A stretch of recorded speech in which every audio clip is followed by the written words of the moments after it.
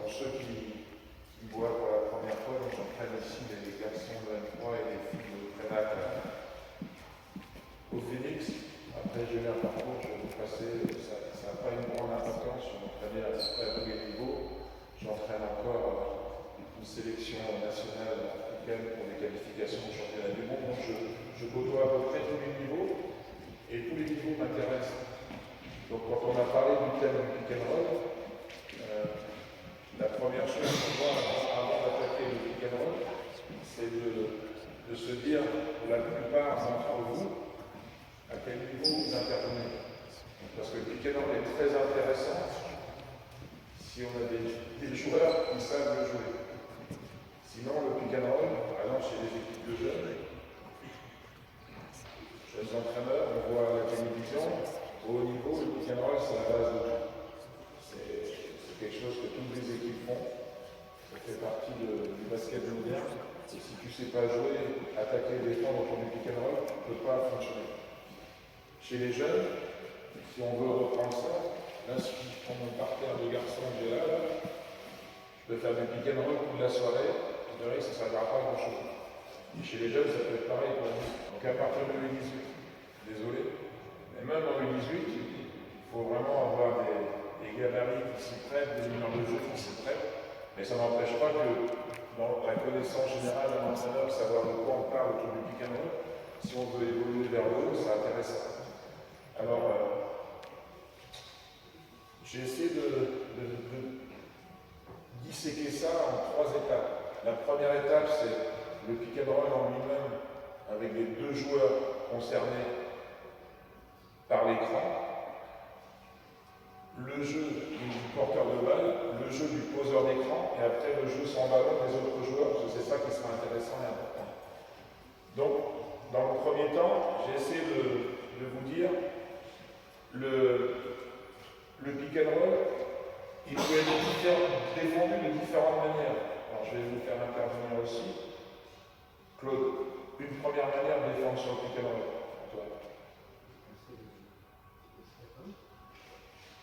Le step, ça parle à tout le monde, le step.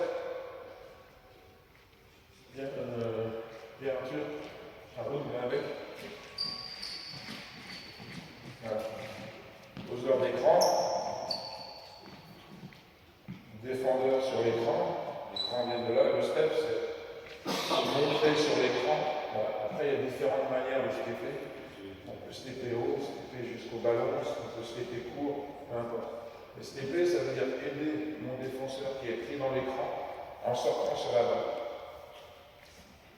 Voilà. Une deuxième manière de défendre sur l'écran. Changer sur l'écran.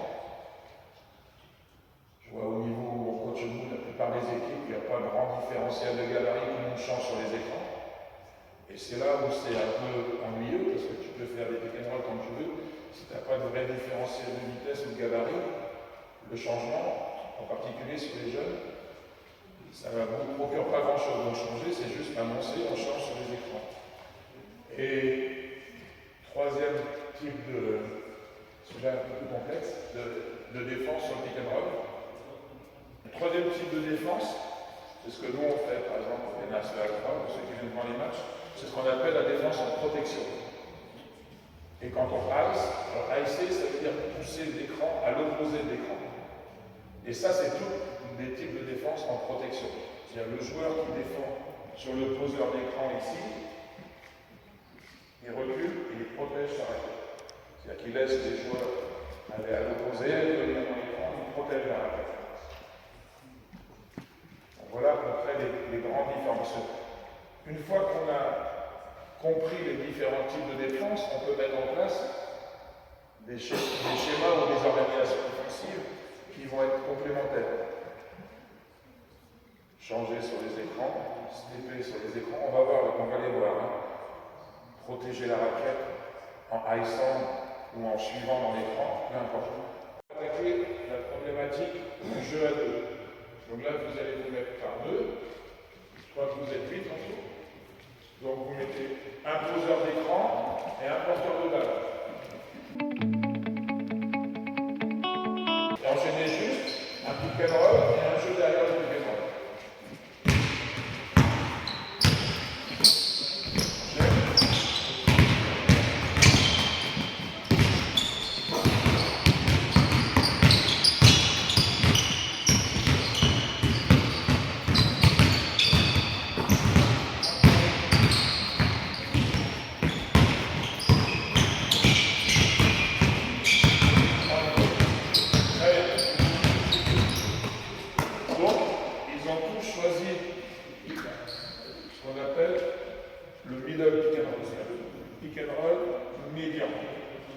Après, pick and roll, il y en a 3 sortes encore pour moi. Hein. Après, il y a des coachs qui peuvent en trouver d'autres. Celui-là, c'est le médian. Lequel vous trouvez encore pick and roll pour vous? Qu'est-ce qui existe à part celui-là? Où est-ce qu'on peut le placer? Dans l'axe? Donc pick and roll dans l'axe. Faites-moi le pick and roll dans l'axe. Vas-y.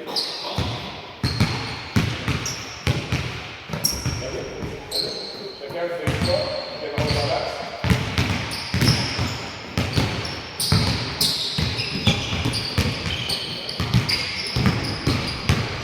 Très bien. Ça c'est pick and roll dans l'axe. Et le dernier qui reste, enfin, pour moi le dernier qui reste, lequel on peut trouver encore. Celui pour moi est à 45 degrés ici. On va bien comprendre, vous mettez ici. Donc c'est le dernier pick and roll. Par exemple, quand on a fait une passe au coude de la raquette ici, vas-y, tu fais là, on passe, pareil, puis après, on fait du jeu. La grande différence, ce dernier pick and roll là, c'est que tu es tout de suite proche du panier, mais il facilite beaucoup plus les aides aussi. Donc voilà, l'organisation défensive est un peu plus simple. Qu'est-ce qui se passe souvent quand on regarde le haut niveau sur ce pick and roll à 45 degrés au coude? Qu'est-ce qu'ils font les joueurs poseurs d'écran? Jérôme, toi qui es un spécialiste. Dans la raquette. Pardon? Ça coupe dans la raquette dans le panier? Je pense pas. Je pense pas. Voilà. Alors ça c'est les termes anglais. Flasher, c'est aller vers le cercle. Alors, au haut niveau, ils appellent ça pick and pop. C'est un pic. Vas-y, viens, voilà. Je pique sur l'écran et je cours me mettre dans un espace ouvert ici sur la défense PL et là je prends un tir externe. Voilà. Ça c'est le pic, pop, pic qui s'écarte de l'écran. Ça c'est souvent ce qui se passe sur ce type d'écran là. Alors il y a un petit peu vous dire que si les joueurs changent, ça ne vous donne rien du tout. Voilà. Mais en tous les cas, ça, c'est les 3 organisations offensives qu'on va regarder sur les poses d'écran. Parce que ce n'est pas du tout les mêmes organisations. Sur cet écran ici, ou sur l'écran du milieu, on ne va pas organiser le jeu du tout de la même manière. Le pick and roll, quand on arrive à expliquer ça aux joueurs, vous pouvez leur demander, c'est ce que je leur explique tous les jours, c'est la chose la plus difficile à faire. Moi, c'est quelque chose que j'essaie de faire le moins possible. Plus tes joueurs ont un QI basket fort, plus le pick and roll va devenir intéressant.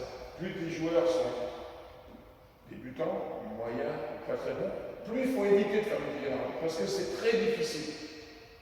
C'est très difficile. La plupart d'entre eux, déjà, l'écran est là, ils vont être comme ça. Déjà ça.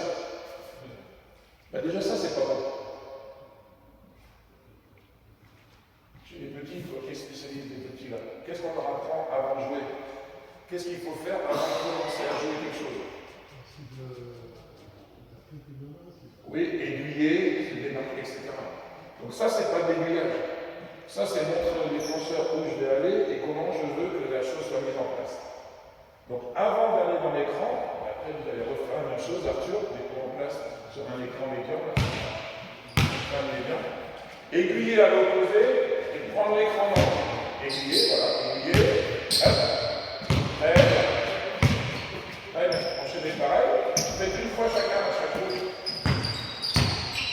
Aiguiller,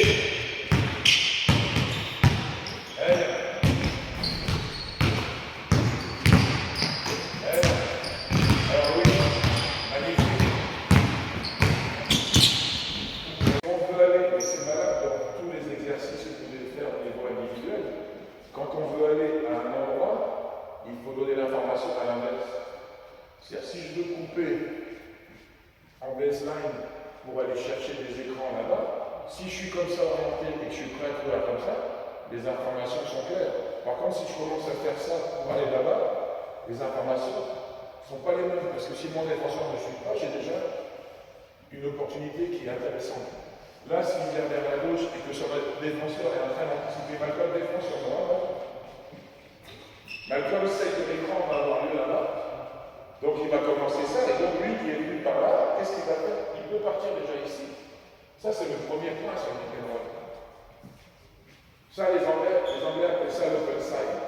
Ça veut dire, je sais que je pars à l'open side, je pars à l'opposé d'écran. Et là, on verra que si on part sur ce côté-là, ça demande une organisation collective très précise. Parce que s'il part là et que les autres sont en train de ne pas savoir où ils sont, ça ne marchera pas. Donc ça, c'est important. Pour le porteur de balle, aiguiller avant d'utiliser l'écran. Premier point. Deuxième point, on va dire utiliser le porteur d'écran et travailler individuellement avec le porteur de balle sur tout ce qui peut se passer. Sur une défense qui step, montre-moi. Toi, tu suis Malcolm dans l'écran. Sur une défense qui step, qu'est-ce que tu dois faire? Allez bien. D'accord? La défense va stepper, donc il faut être capable de faire dribble de recul et lecture de jeu. Et qui c'est qui a, pas inventé, mais qui c'est qui a le mieux fait et qui fait encore le mieux les pick and roll? Dans le basket européen en général, parce qu'aux États-Unis, on n'est pas dans le pick and roll, on est sur les duels, c'est du 1 contre 1. C'est différent. Oui, mais quelle est la nation qui a porté ça le plus haut, surtout? Spike, pour moi, c'est les premiers qui l'ont fait, c'était l'ex-Yougoslavie. L'ex-Yougoslavie. Et pourquoi? Le premier joueur yougoslave avec qui j'ai joué, pourquoi? Parce que nous, nos meneurs, ils sont grands.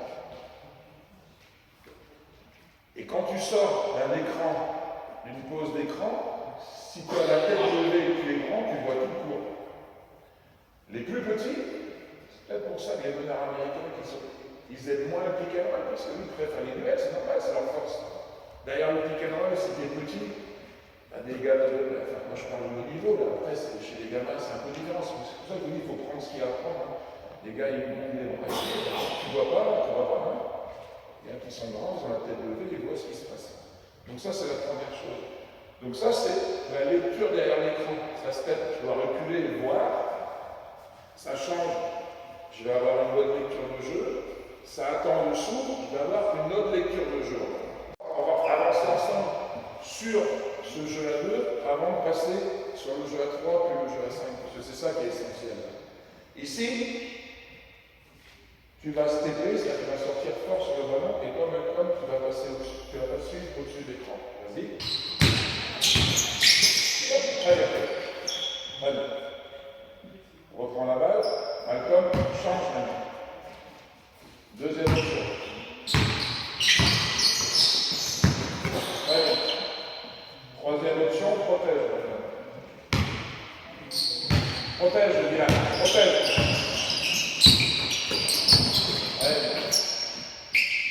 Donc vous avez vu, selon les options défensives, l'organisation ne va pas pouvoir être la même. Et ça, c'est important pour les coachs. Sur la défense qui step, on va interroger d'autres personnes. Scotty, sur la défense qui step, qu'est-ce qu'il faut chercher? Soit renverser la balle pour avec le poseur d'écran qui roule au panier. Oui. Autrement, deuxième option. Ou après repiquer aussi. Sur le step. Passer dans le panier. Ouais, Comment tu appelles? Oui. Exact. Alors, les Américains appellent ça le short roll. En fait, c'est la passe, ce qu'on appelle la passe intermédiaire. Vas-y, sors et tu fais la passe qui coule, passe intermédiaire, step. Allez. Moi, j'appelle ça la pocket pass. Certains appellent ça comme ils veulent. La pocket pass, c'est la passe dans la poche. C'est la passe dans la poche. Ouais. Pocket pass. Passe dans la poche, c'est-à-dire c'est la passe qui va donner le ballon au joueur intérieur. Maintenant, tu donnes le ballon au joueur intérieur, mais qui n'a pas l'habilité à pouvoir éclairer le jeu. Ça ne sert pas à grand-chose. Donc c'est là où le renversement à l'opposé, comme a dit Scotty, permet de peut-être servir le joueur intérieur qui lui va venir au cercle. Mais si la défense est très agressive sur le porteur de balle là-bas, il faut apprendre à vos joueurs à faire cette passe. Et ça, c'est des fondamentaux. Nous, on travaille tous les soirs à l'entraînement, les fondamentaux de jeu à 2, la qualité de passe selon les défenses. Qui utilisez tout en magasin. Ça, chez les jeunes, même si vous n'utilisez pas le pick and roll, c'est travailler la qualité des passes, la qualité du jeu à deux. On va commencer par le 5, commencer par le jeu à deux. S'ils ne savent pas jouer à deux, ils ne sauront pas jouer à 5. Si je ne sais pas me démarquer, si je ne sais pas utiliser un backdoor, si je ne sais pas venir dans les espaces créés par mon partenaire, ça ne sert à rien de faire du 5 contre 5. Il faut déjà savoir jouer à 2, puis savoir jouer à 3, puis savoir jouer à 5. Donc là, ça se tape. Ok, Paul, vas-y. Okay. Protège. Donc là, sur ce type de défense, on va prendre quelqu'un d'autre. Qu'est-ce qu'on va chercher en attaque, sur ce type de défense qui protège? Qu'est-ce qu'on peut chercher? Je vais écouter le. On peut prendre un tir intermédiaire, avec le danger du joueur qui est par l'arrière, mais ça c'est une option. Là ça s'appelle le tir intermédiaire, et ça c'est un tir qu'on travaille plus beaucoup. Il n'y a plus beaucoup de joueurs qui savent dribbler maintenant le tir à 3 points. Et là, entre les deux, il n'y a plus grand chose. Donc ça c'est des tirs qui sont intéressants. Les joueurs qui savent connaître ce tir, là, qui ont ce tir en magasin, c'est des joueurs qui peuvent être intéressants. Et quelle est la deuxième option à part le tir là? Voilà, c'est le jeu en l'air. Là, il faut avoir le jeu court. Vas-y, défends, en zone. Voilà, je suis dans l'écran. Protège. Voilà. Et lui, dès qu'il a vu que lui est en protection, il va courir au cercle en haut. Voilà. Lui est en train de protéger la balle. Ça, c'est le deuxième type de passe qu'on peut trouver sur la protection. Et là, ça va demander une organisation collective d'attaque, parce que les défenses ne vont pas être idiotes, elles vont comprendre, donc elles vont venir aider, donc il va y avoir des espaces qui sont vers 5 contre 5 après, ou à 4 contre 4, d'accord. Voilà. Dernier thème, ça change sur les écrans. Vas-y.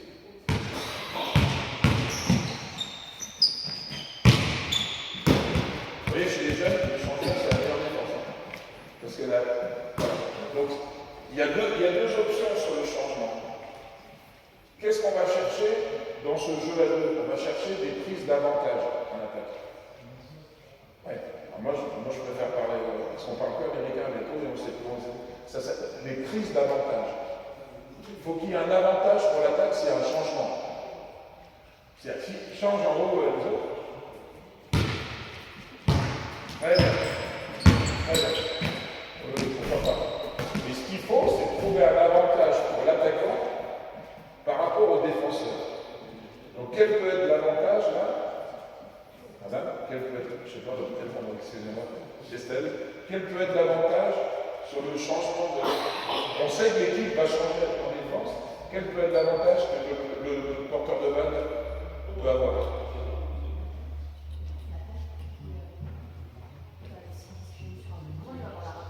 Tout à fait. Donc là, c'est un avantage de vitesse par rapport. S'il y a une vraie différentiel de gabarit, c'est ce qui se passe souvent d'ailleurs maintenant. Les meneurs reculent, ils cherchent, vous voyez les équipes de Euroleague jouer, à la télé, moi c'est un régal, ils cherchent des changements qui vont être avantageux pour eux. C'est-à-dire qu'ils vont chercher le joueur le moins mobile latéralement dans l'équipe en face, et ils vont chercher ce changement-là pour que le porteur de balle joue les avantages et travaille autour. Ça, c'est intéressant. Tactiquement, pour un coach, c'est vachement intéressant ça. Mettre en place quelque chose pour que le meilleur driver soit contre le moins bon défenseur latéral. Bon, chez les jeunes, plus compliqué à trouver ça, mais peu importe, au moins c'est bien de le savoir. Donc, le premier avantage, c'est la vitesse du joueur qui a le ballon par rapport au défenseur. Deuxième avantage, s'il y a une différence de gabarit, c'est essayer de travailler pour le joueur poseur d'écran, s'il y a une différence de taille avec lui à l'intérieur. Sauf que, si c'est bien défendu, vas-y. Là, s'il défend comme ça, c'est gagné. Tu roules, il y a à l'intérieur, voilà, il a la place devant lui. Par contre, les défenses de meilleur niveau, quand ça arrive ici, vas-y, donc moi je suis le, comment dire, ici tu es là, c'est toi qui poses l'écran, tu suis, très bien. Moi je défends sur une, j'ai été pris dans l'écran, vas-y, très bien. Moi je passe pas sous l'écran, sinon c'est lui qui est devant moi tout le temps. Donc je passe sur l'écran et j'essaie d'empêcher cette passe. Donc je force une passe lobée sur lesquelles, en général, on prend des ailes. Et c'est là où la qualité de passe dans le jeu à 3 va intervenir sur les renversements, etc. Je passe beaucoup de temps à expliquer les défenses et l'attaque du jeu à 2, parce que c'est la base de tout. Le reste viendra naturellement et facilement si ça c'est bien maîtrisé déjà. Donc, porteur de balle, aiguillage, lecture de l'écran, choix des passes derrière. Le grand qui pose l'écran, selon ce qui se passe, tu peux travailler dans le petit périmètre, ce qu'on appelle le short roll. Défenseur lui, et derrière lui. Très bien. Très bien. Défends comme ça derrière lui. Où est-ce qu'on va chercher à donner la balle au joueur intérieur? Si vous demandez une passe, vous la demandez où? Où est-ce que le réflexe du grand est de demander main? Ça vous va, vous, la passe en l'air? Merci. C'est la passe la plus facile à intercepter même pour un petit. Et ça, c'est ce qu'il faut faire comprendre aux joueurs qui postent, c'est que la passe, elle doit venir ici. Et là, une fois qu'elle est là, lui, il peut faire ce qu'il veut. Si je suis plus grand et plus costaud, j'ai plus qu'à rouler, c'est fini. Sauf que si je demande la main dans l'air, comme les trois quarts des joueurs, lui, s'il est un peu vif et intelligent, il peut l'intercepter cette passe. Donc ça fait partie des fondamentaux aussi. Ça fait partie des fondamentaux des joueurs. Avant de travailler le pick and roll et l'organisation, il faut qu'ils aient ces fondamentaux. Les joueurs, s'ils n'ont pas les fondamentaux, ça ne sert à rien. Et ça, c'est valable pour tous les systèmes. Demander la balle à l'intérieur, en haut, la seule situation où on peut faire ça, c'est quand poste bas, vas-y, mets-toi au poste bas, là. Défends devant lui, viens ici, défends devant lui, voilà. Là, on peut demander la balle en haut. Là, oui, mais pas de dos. Donc là, s'il a les fondamentaux, non, Steve, c'est pas toi. Toi, ça te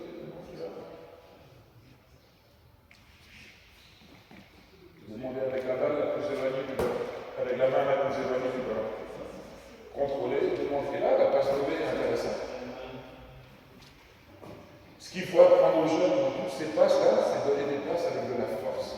Il ne faut pas qu'il y ait d'hésitation. S'il est devant, la passe doit arriver à la poitrine le plus fort possible, le plus vite possible, pour qu'il n'y ait pas de temps de réactivité par rapport au défenseur. Et la seule passe levée, donc c'est celle-là. Donc celle-là, elle arrivera plus facilement sur ce que l'on a parlé tout à l'heure, sur le renversement et la passe à l'intérieur, sur quelqu'un qui a pris un avantage. C'est bon jusque-là? Vous avez peut-être des questions sur les fondamentaux du jeu à deux, là? Oui. Le plus gros problème qu'on retrouve, notamment sur les 18, c'est le timing. Oui. Le poseur d'écran et pour piloter la balle. J'avais y arrivé, donc ça tombe très bien. Faute offensive sur les poses d'écran. C'est la faute du porteur de balle, c'est pas la faute du poseur d'écran. Parce que le porteur d'écran, le porteur de balle, est tellement pressé d'attaquer le cercle, que le grand n'a pas posé ses appuis. Donc voilà. En plus, il y a certains joueurs qui aiment mettre ça, donc ça fait partie des fondamentaux sur la pose d'écran. Donc maintenant, c'est ce qu'on va faire justement. Louis qui démarre en bas à l'opposé, il défend sur lui. Il défend sur lui, il faut faire pareil, la fois il démarre en bas, et le troisième groupe, voilà. Donc tu fais pareil, un attaquant, un défenseur, Arthur tu auras la balle. Donc tu vas arriver en courant pour faire un écran médian. Donc pas dans l'axe, pas 45 mètres, mais médian. Vas-y, oui. Ok, deux autres.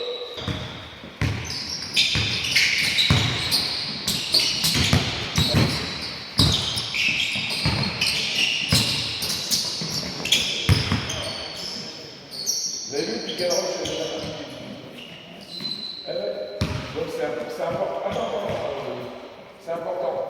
Qu'est-ce qu'ils oublient tous qui est fondamental pour comprendre la qu'est-ce qu'ils ne font plus? L'aiguillage. On commence par ça. La deuxième chose, maintenant, on va parler de la pose d'écran, donc du poseur d'écran.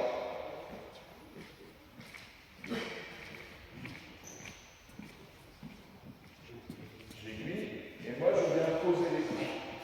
La problématique pour le poseur d'écran, c'est qu'il doit gagner un avantage par rapport au défenseur. Si je fais ça, J'ai pas d'avantage. Donc qu'est-ce qu'on demande maintenant quand on veut monter un peu le niveau? C'est d'avoir ce qu'on appelle un écran diagonal. Là. Vas-y, passe. Là. Et là, j'ai un avantage. On demande à l'attaquant, avant c'était pique et roule. Mais l'attaquant, il ne volait pas là-bas. Maintenant, on demande poser l'écran, prendre l'avantage et voir la balle du début à la fin. Vas-y, tu vas faire la même chose, doucement. Tu mets en diagonale. Vas-y, oui. Ok. Allez, vas-y, refais du début. Tu roules pas, tu poses tes appuis dans le dos de tes défenseurs. Vas-y, équilibre. Ah non, mais oui, on vient à 3 points, c'est pour shooter. Petit, c'est quoi ton grand là? Il sort à 3 points, il ne fait pas de pick and roll. Ah bah il est 15, je savais, il ne fait pas de pick and roll. Ah oui, c'est vrai, exact. Allez, go!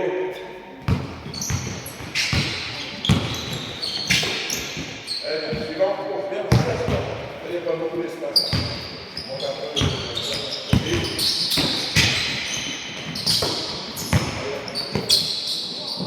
Là, déjà, même si ce sont pas des joueurs intérieurs, prennent des avantages.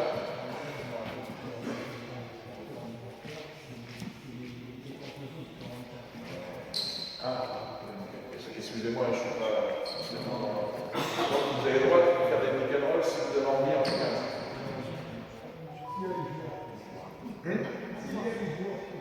Oui, oui. En tous les cas, vous pouvez au moins le travailler et voir les fondamentaux qui vont avec, ce qui n'est pas idiot. Hein. Ça ne vous oblige pas à jouer là-dessus, ça vous oblige simplement à leur apprendre des choses. Ça peut être pris dans les fondamentaux, ça fait partie du jeu. Très bien. Faire la même chose, mais on va organiser l'attaque autour de l'écran. Donc on va travailler à 3. Donc lui, il va venir poser l'écran. Il va bien poser l'écran. Défends lui. Allez, utilise l'écran. Allez, stop, très bien. Maintenant, dans le jeu à 3, fondamental autour du pick and roll, c'est le jeu sans ballon de lui qui va décider de tout sur le côté ballon. Qu'est-ce que vous pouvez lui demander? Qu'est-ce qu'on peut demander à ce joueur qui est ici en fonction de ce qui se passe là-bas?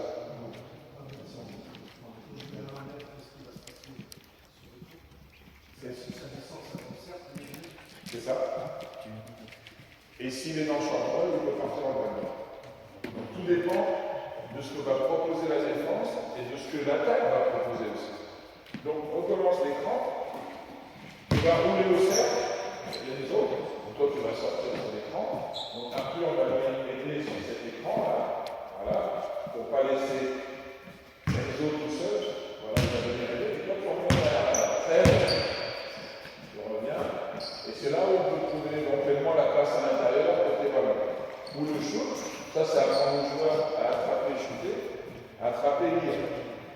Ça, c'est les fondamentaux à 3. On y va? Allez, essayez de trouver la meilleure solution.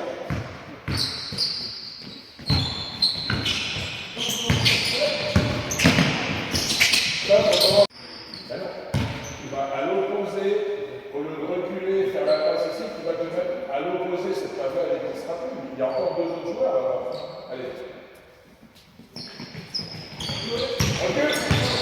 Merci.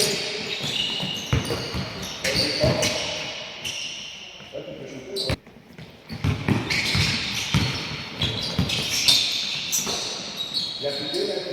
Bien cliqué, bien posé à l'écran. Bien posé à l'écran. Roule. Voilà. Oui. Qui est tout seul? Alors pourquoi tu ne fais pas la passe? Ah bah si, t'as vu. Donc simplement tu ne regardes pas, tu vas pareil. Dès que tu reçois la main, tu dois voir les autres. Le but c'est que tu vas ça, parce qu'un c'est pas de regarder la balle et de penser je vais marquer à chaque fois. Quand je reçois la balle, je regarde. Allez encore. Vas-y.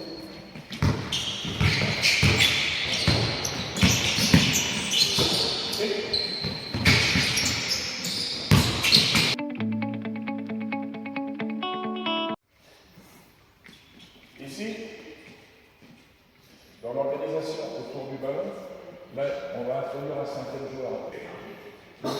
Moi ici, sur la pose d'écran, on va organiser à 4 d'abord ce qu'on appelle une safety pass, c'est-à-dire une passe de sécurité. Donc, Arthur, tu vas aller en haut là-bas, large en haut. Enzo, tu vas venir poser l'écran. Très bien. Donc on va garder le principe pour l'instant. Louis, tu vas sortir sur l'écran, tu vas aider. Vas-y, va poser l'écran, Enzo. Allez, doucement. Très bien. Stop. Très bien. Tu remontes derrière la balle. Safety pass. Très bien. Donc là, tu as vu les deux, Malcolm. Ici, deux options. Ou lui continue à glisser très haut là, sur la sortie, et moi je plonge dans le dos. Première option. Deuxièmement, on reste en aide, ce qui se passe la plupart du temps. Et la passe à l'intérieur, ça va être pour lui. Et si Malcolm qui a aidé complètement, la passe est là-bas pour un chute. Ça, c'est l'organisation à 4 avec ce qu'on appelle un safety. Safety, c'est la passe de sécurité. C'est la passe qui nous permet d'être sûr d'avoir une sécurité pour transférer les ballons. Après, sur des joueurs qui sont de plus en plus à l'aise avec la balle, on peut aussi la transférer dans le corner à l'opposé. Mais au début, je trouve que c'est intéressant d'avoir une passe de sécurité. Vas-y, joue.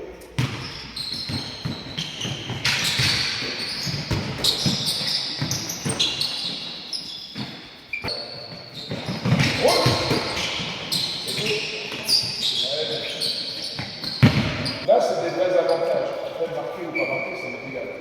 L'avantage, il est énorme. Il a un tir tout seul. Ça, c'est le meilleur avantage. Maintenant, Arthur va démarrer en baseline. Deuxième fondamental pour le jeu à 4, pose d'écran, tu sors. Très bien. Et là, on travaille sur la passe intermédiaire. Vas-y, sors, passe pocket, passe, c'est bien, en plus, passe pocket. Très bien. Et là, on est à 3 contre 2. On est d'accord. Et à 3 contre 2, il y a 3 options.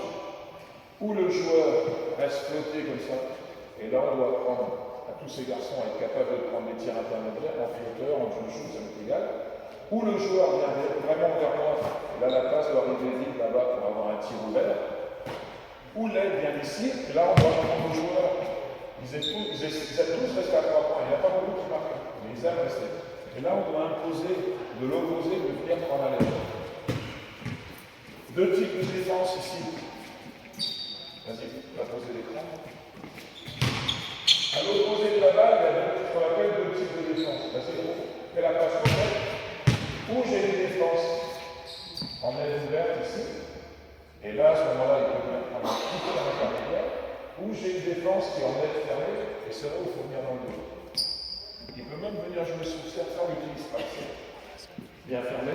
Passe dans le dos, retour. Passe. Il est à l'opposé du cercle. Ça, c'est des jeux qu'il faut utiliser. Ça, c'est les fondamentaux du jeu à 2 autour du ballon.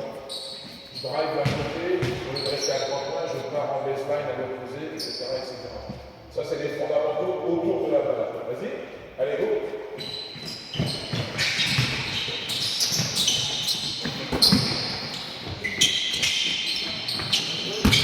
Et tu passes.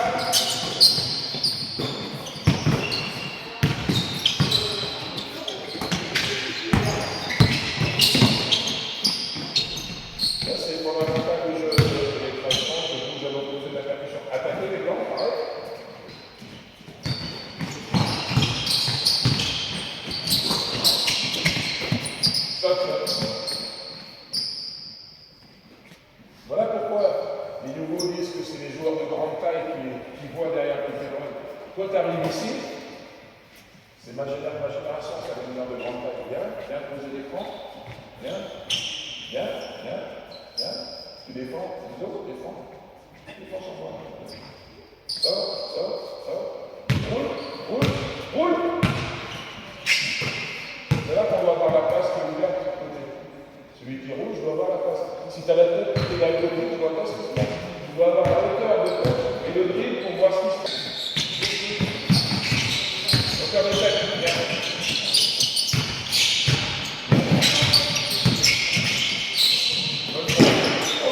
Oui,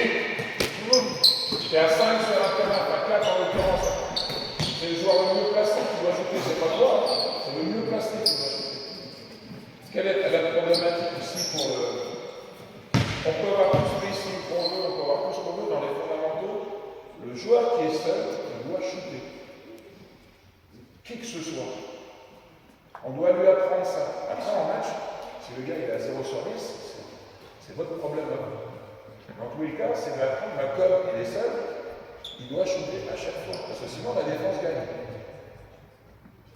Après, c'est un autre problème, c'est apprendre aux joueurs à shooter. On peut faire tous les systèmes d'attaque qu'on veut, si on n'est pas capable de lire une situation, de shooter quand on est seul, de faire une bonne passe, tous vos systèmes n'aboutiront à rien. Ça, c'est des fondamentaux essentiels. C'est des fondamentaux individuels, ça.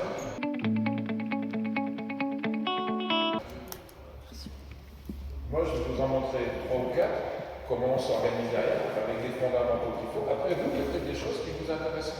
Qu'est-ce que vous voulez voir? Même le conseiller technique, il a le droit de demander des choses particulières. D'accord? Oui. Alors, moi, je vais vous montrer 3 situations. Une offensive, médiane, pick and roll. Une dans l'axe. Et une à 45 degrés avec l'organisation autour. Et après, si vous voulez voir autre chose, on verra autre chose. Donc maintenant, on va essayer de faire avec du rythme. Mettons, regarde, c'est qu'on attaque. Louis, quand lui va te faire un signal point comme vous voulez, tu vas arriver en sprintant et en te mettant non pas collé à son joueur, mais tu vas venir en diagonale ici, poser tes appuis pour pouvoir rouler devant lui. Et c'est lui qui va utiliser. Tu ne vas pas toucher l'adversaire pour ne pas faire faute. Tu te mets juste sur le chemin. En diagonale, comme on a vu, pas à 90 degrés. Safety pass. Safety pass. Et jeu à deux ici, en fonction de l'aide défensive. Allez, vas-y. Roule! Balois.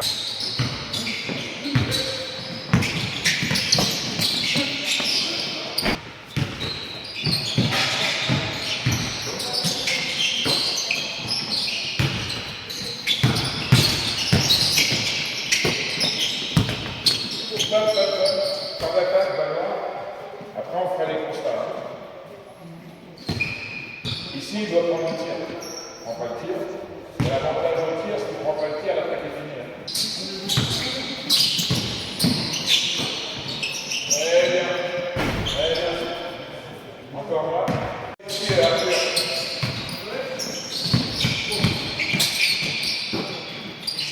Bon shoot.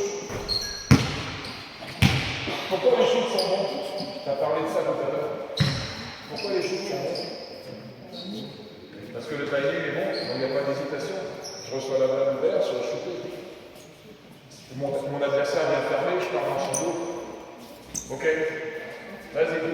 Travaille avec la safety pass maintenant là. Aide! Voilà. Merci.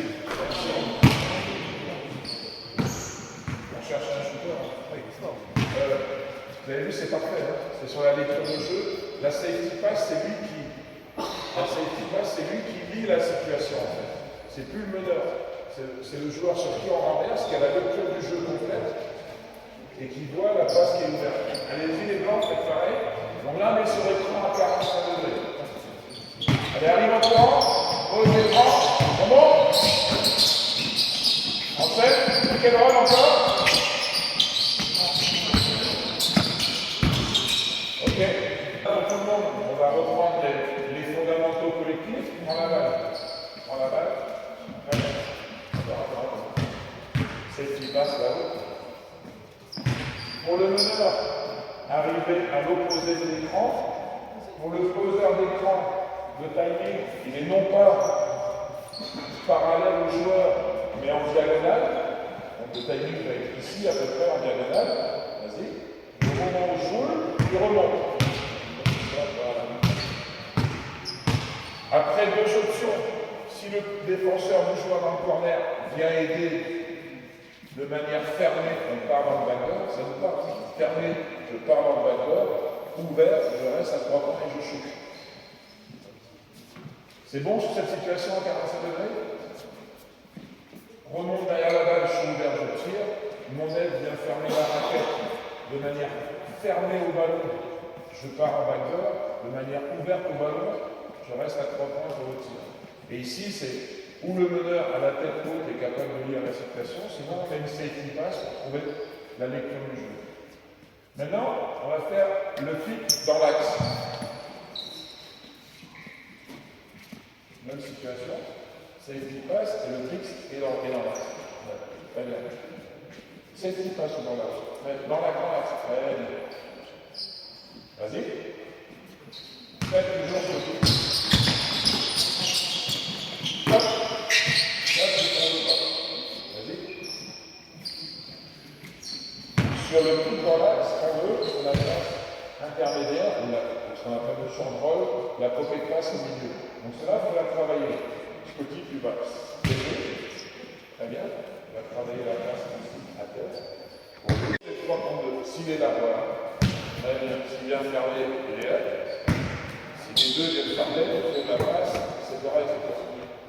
C'est bon pour toi, Louis? Tu ne vas pas au cercle, maintenant tu vis la situation.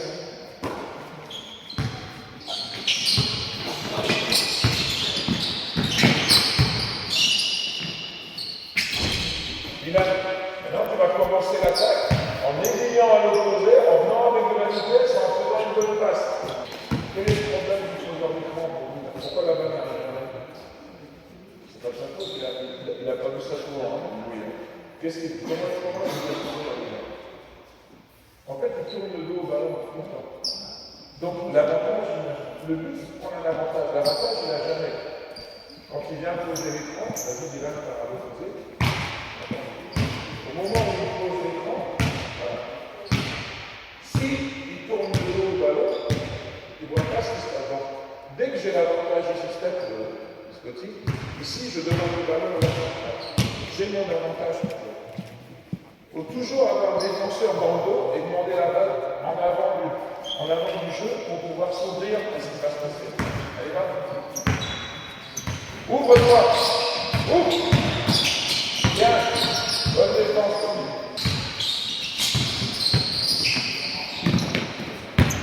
Bien. Bien. Bonne passe, toi. Encore.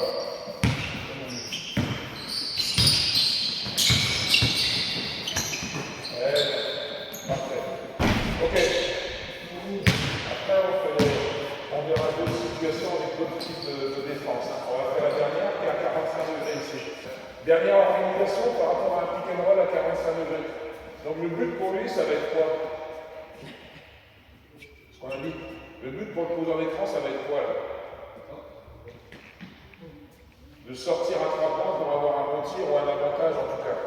Donc, Aaron, tu vas démarrer en bas au départ. Ou ici, peu importe. On va démarrer ici. Donc toi, tu as l'espace, tu vas fixer à l'opposé. Je vais venir là. Vas-y. Viens, la défense sur moi, le club. Et au moment où il y a ça, moi, je vais poser ici. Pour avoir ce shoot ici, s'il y a de l'aide qui vient sur moi, je peux attaquer, parce que qui joue dans le dos, etc. etc. Là, la safety pass, on la met en haut, là. On la met en haut ici, la safety pass. À l'intérieur du pass. Voilà. Ouais. Maintenant, lui, il fait la même chose, mais tu viens en défense sur un roule. Quand tu lâches petit, tu viens en défense sur un roule une fois qu'il a roulé. Vas-y. Bien, oui. Bien, oui.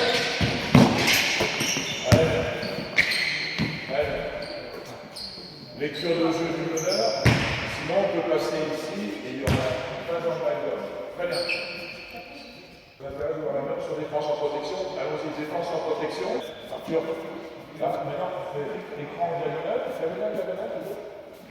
Mais, Louis, tu vas défendre en protection. Tu vas rester dans la raquette pour protéger. Donc ici, tu restes dans la raquette pour protéger. Donc ici, ce que tu vas faire l'écran en diagonale. Vas-y, vas-y.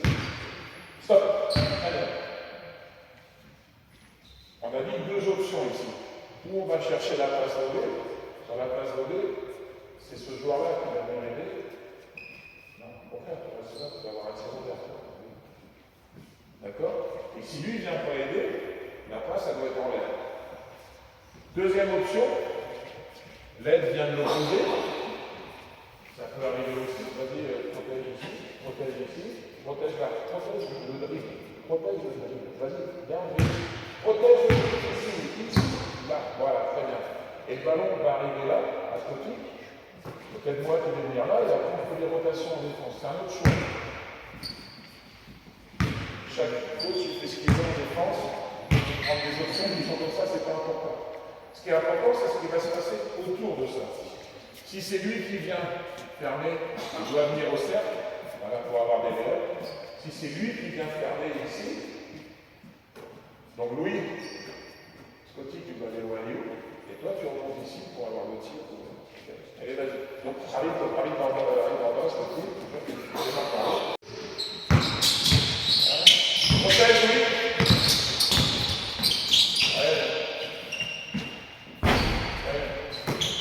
Enzo, protège maintenant, vas-y, même chose. Enzo, protège. Enzo, protège la raquette de Louis.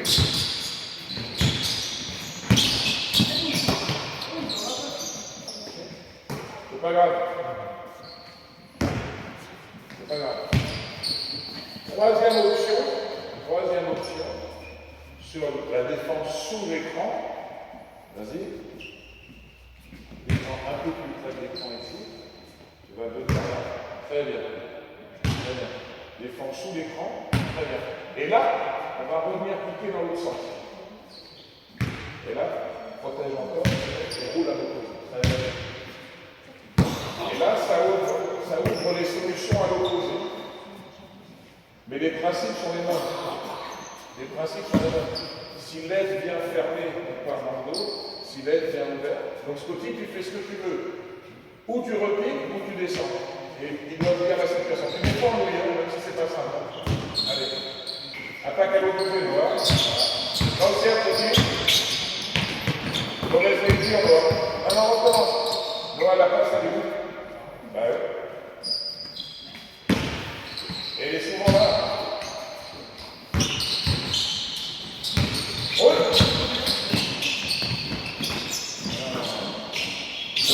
Non, recommence. Scotty. Flaire pas. Roule. Cherchez la passe au milieu. Ne flaire pas.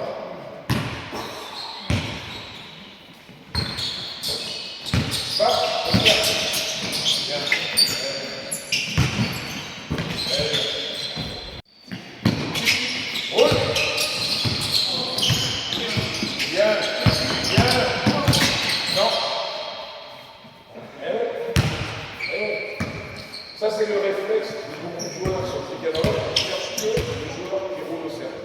Or, le jeu, il n'est pas dans ces deux à ce moment. Si les deux ont des bons fondamentaux et qui font bien le travail, c'est les autres qui sont ouverts. Allez, c'est pour ça qu'on s'organise collectivement pour qu'il y ait des joueurs ouverts avec des avantages.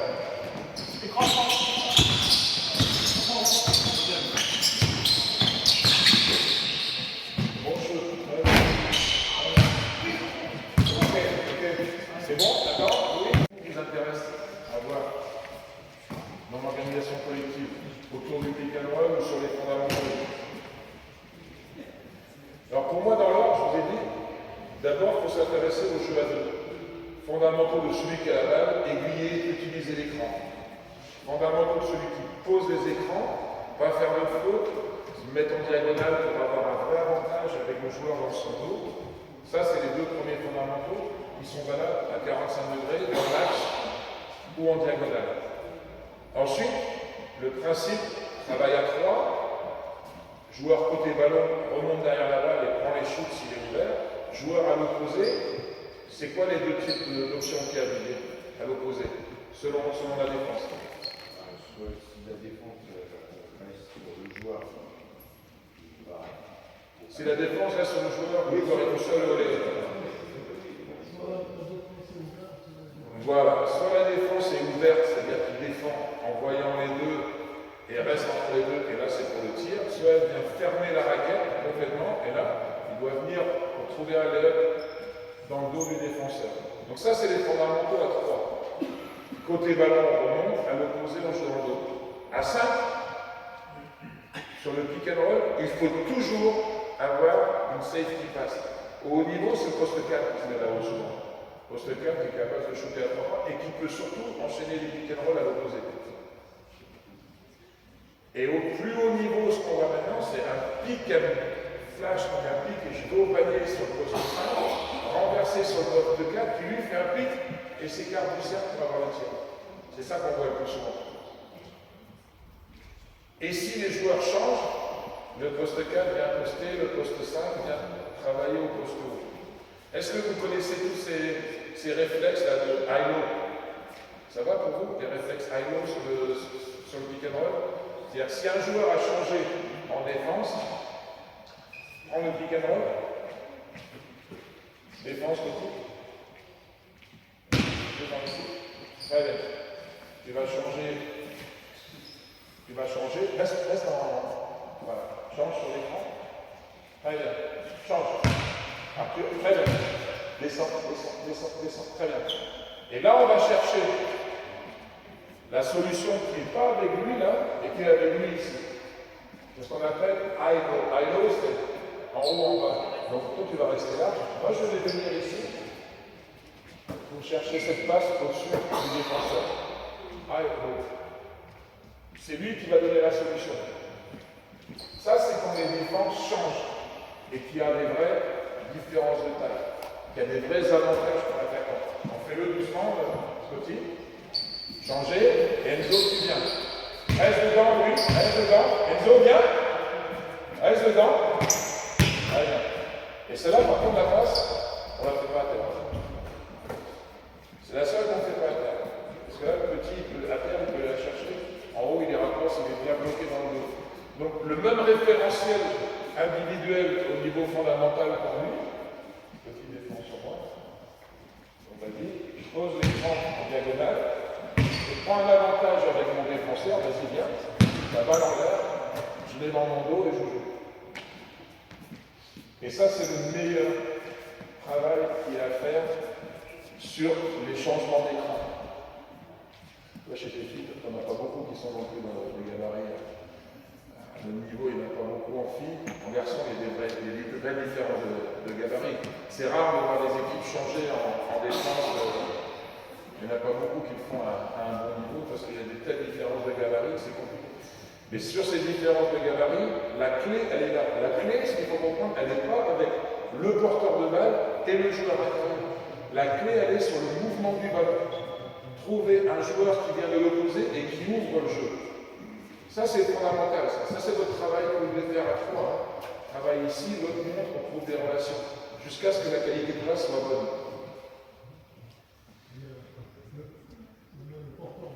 Oui, changement grand-petit. On fait changement grand-petit. Louis, on change. Arthur attaque sur Louis. Et change en défense avec Scotty. Tu vas rouler, vas-y. Ils ont changé. Très bien. Stop. Change là-haut. Très bien. Scotty a roulé. Stop. Là, c'est ce qu'il ne faut pas faire. Il faut attendre que le joueur intérieur ait libéré des espaces pour attaquer. Si tu attaques tout de suite, il y a trop de trafic. Donc là, tu vas reculer. Il fait la même chose. Recommence depuis le départ. Ici, ils choisissent de défendre et on choisit d'isoler le 1 contre 1 d'Arthur. Vas-y. Garde-le. Très bien. Scotty va ressortir. Moi, je remonte. Et là, on joue dans le dos. C'est-à-dire que là, vas-y. Viens aider. Scotty a arrivé. C'est les mêmes principes, en fait. On vient fermer, je pars dans le dos. On vient en aide ouverte, je prends le tir. Même le grand doit shooter à 3, 4, 5 mètres. Vas-y, changez sur les écrans et travaille le 1 contre 1. 1 contre 1. Exact. Allez, on commence. Qualité de passe.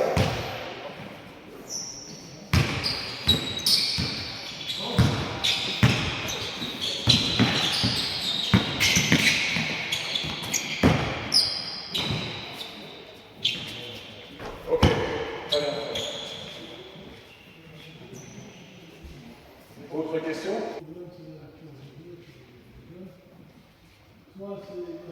Je libère les garçons. Merci.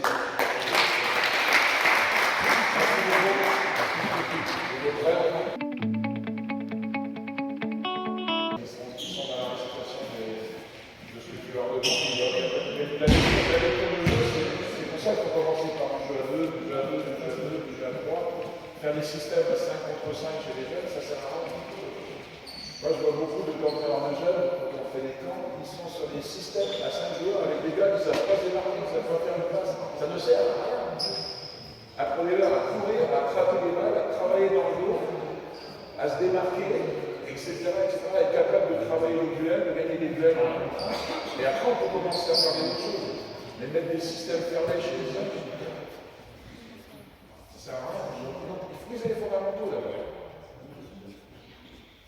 Et le pick and roll est un bon exemple de travail chez des jeunes qui ont déjà un certain niveau, certainement pas chez des jeunes qui n'ont pas les fondamentaux. On a même vu avec eux là. C'est pas facile la lecture là-dessus. Il faut être capable d'avoir la tête levée, d'avoir toutes les qualités de place, toutes les catégories de place, savoir comment rouler, etc. Mais après, vous, en tant qu'entraîneur, vous devez savoir. À vous de l'utiliser ou pas en fonction des équipes que vous avez. Ça, c'est autre chose. Il y en a qui entraînent des seniors, que des équipes de jeunes, quoi, du 15, du 18, du 13, du 13 et 18, du 15. Moi, je commencerai à en parler à cette année. C'est intéressant, si on dit, ça me fait on va voir. Après, je ne sais pas si vous avez des gabarits différenciés dans vos clubs. En Lyon, c'est pas spécialement beaucoup de grands gabarits. Hein. Ouais, mais c'est pas grave. Après, c'est aussi leur donner les bonnes recettes et les bons fondamentaux. Hein, mais le kick and roll, c'est quelque chose qu'il faut avoir dans votre registre à vous, pour pouvoir l'utiliser à jour si vous grandissez en tant que coach aussi, d'avoir c'est des choses qu'il faut savoir. Et ce jeu autour du ballon, c'est vachement intéressant. Hein. Les aides fermées, je viens en dos, les aides ouvertes, je reste à tremplin, etc., etc. Ça, c'est des choses que tu retrouves dans toutes les situations.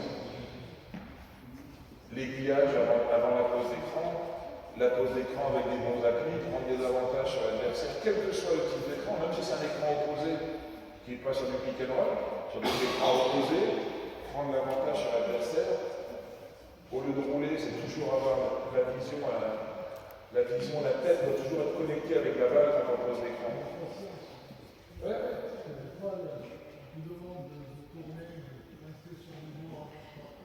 Parce qu'on leur demande d'arriver vite, alors ils font vite parce qu'ils veulent faire ce qu'on leur demande. C'est aussi Mais la connexion avec le ballon pour les écrans, c'est le plus important.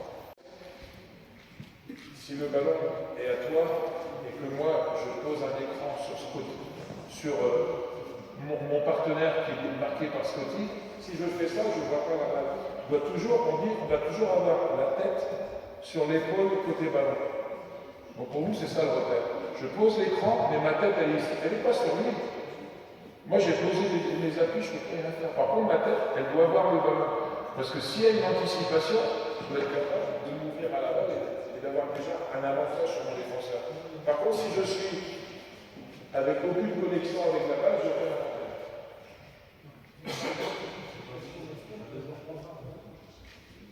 Ah ben, tu remarqueras dans les systèmes que les joueurs font, la plupart du temps, ils ne sont pas connectés avec la balle.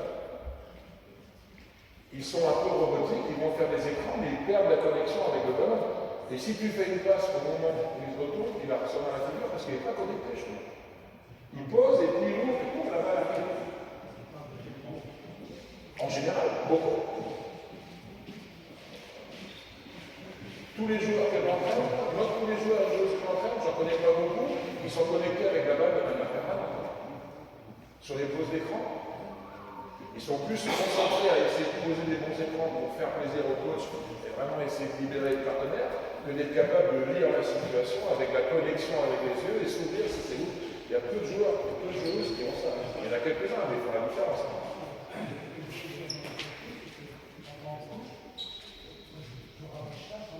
Ah oui.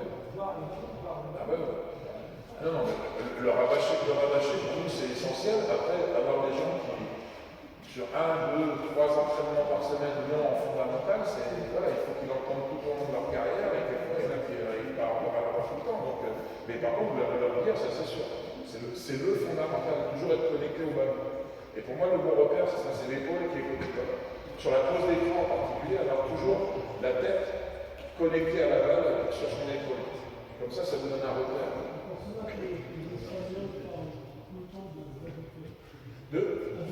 Oui, c'est ça. Prendre des bonnes habitudes. prendre des bonnes habitudes, avoir l'habitude de lire la situation. Mais c'est de longue haleine. En fait, les entraîneurs qu'on est, on est de passage dans la vie des joueurs. Hein. Donc il faut se dire qu'il faut essayer de leur apporter le plus de choses possible et que le suivant, on espère qu'il leur apportera la même chose ou encore un peu plus et qu'au fur et à mesure, ils vont grandir avec ça. Parce que c'est ça la clé. La clé, c'est leur donner à eux des fondamentaux pour qu'ils s'améliorent de jour en jour et d'année en année. C'est ça la clé. La clé, pour ceux qui veulent faire souvent des systèmes ou des choses comme ça, c'est qu'ils pensent qu'ils vont gagner tout de suite. Or, t'es pas là que pour gagner avec les enfants. C'est bien de gagner, tout le monde a envie de gagner, moi le premier. Hein. Mais t'es là pour les développer. T'es là pour leur apprendre des choses qui vont leur servir pour leur vie de basket. Au-delà de la victoire. Parce qu'un jour, tu perdras de toute façon. Mais par contre, si tu as appris les bonnes choses, tu sauras jouer partout. Un bon joueur, il arrive dans une équipe, un bon joueur arrive, tu le vois tout de suite. Hein. S'il a des bons fondamentaux. Et ça, c'est l'essentiel. Fondamentaux, qualité athlétique. Parce que moi, vous avez expliqué, ce qui manque chez les jeunes, ici, dans cette région, c'est des qualités athlétiques.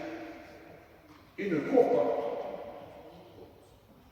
Et c'est pas parce qu'ils sont fainéants. Je vais vous dire pourquoi. Pour deux raisons, c'est qu'à l'école, on ne court plus beaucoup. Donc, le travail qui était fait à l'école, souvent, avant, est beaucoup moins fait maintenant. Donc, tu dois recommencer à athlétiser des jeunes qui, à l'école, courent peu. Avant, il y avait combien de séances, 2 séances de PS par semaine? Donc, je ne sais pas 2 séances, je ne sais même plus ça. Mais... Et souvent, tu faisais beaucoup de courses. Donc, maintenant, tu es obligé de leur refaire faire ça. Avant de pouvoir jouer au basket, il faut courir. Ceux qui font la différence, c'est ceux qui traversent le terrain tout le temps. Il y en a même qui disent oh, attends. Mais non, attends pas, cours. C'est pas tu vas mal attendre, c'est pas courir. C'est pas la même chose. Les jeunes, plus vous jouez sur demi-terrain, plus c'est compliqué. Plus vous gagnez des ballons tout terrain, plus c'est ça. Mais sinon, il faut avoir du cardio. Ça, c'est la base. Hein. C'est la base de tout. Hein. Et c'est pour ça que je pense que des choses fondamentales que tu leur donnes, ça doit être lié avec un physique qui doit être dans ces fondamentaux et qui sont importants. On dit maintenant en qualité athlétique, QI basket et QI technique. C'est-à-dire avoir la technique qui soit à la hauteur de ce que tu dois comprendre. Parce que si tu as tout compris que tu ne sais pas faire une face, il faut mettre ensemble. Donc il y a du boulot pour nous. Il y a du travail. Il y a toujours du travail avec les jeunes joueurs. Mais il n'y a rien de mieux que de les voir évoluer et réussir à faire des choses qu'ils n'arrivaient pas à faire auparavant. Individuellement, surtout. Déjà, oui. Ah oui, avant de faire du pick and roll, si tu n'es pas capable de baiser, c'est compliqué. C'est pour ça que le thème du pick and roll est très intéressant, mais quand on arrive déjà à un niveau. Mais par contre, les fondamentaux qu'on trouve autour du pick and roll, c'est les mêmes pour tout. Le jeu dans le dos de la défense, les manières de poser des écrans, les manières de s'ouvrir au jeu, les manières de voir la balle, etc. S'il y a plus d'autres questions, je vous libère, parce que je sais que c'est pas facile d'être assis sur des bancs pendant longtemps. Mais en tous les cas, ravi de vous avoir vu.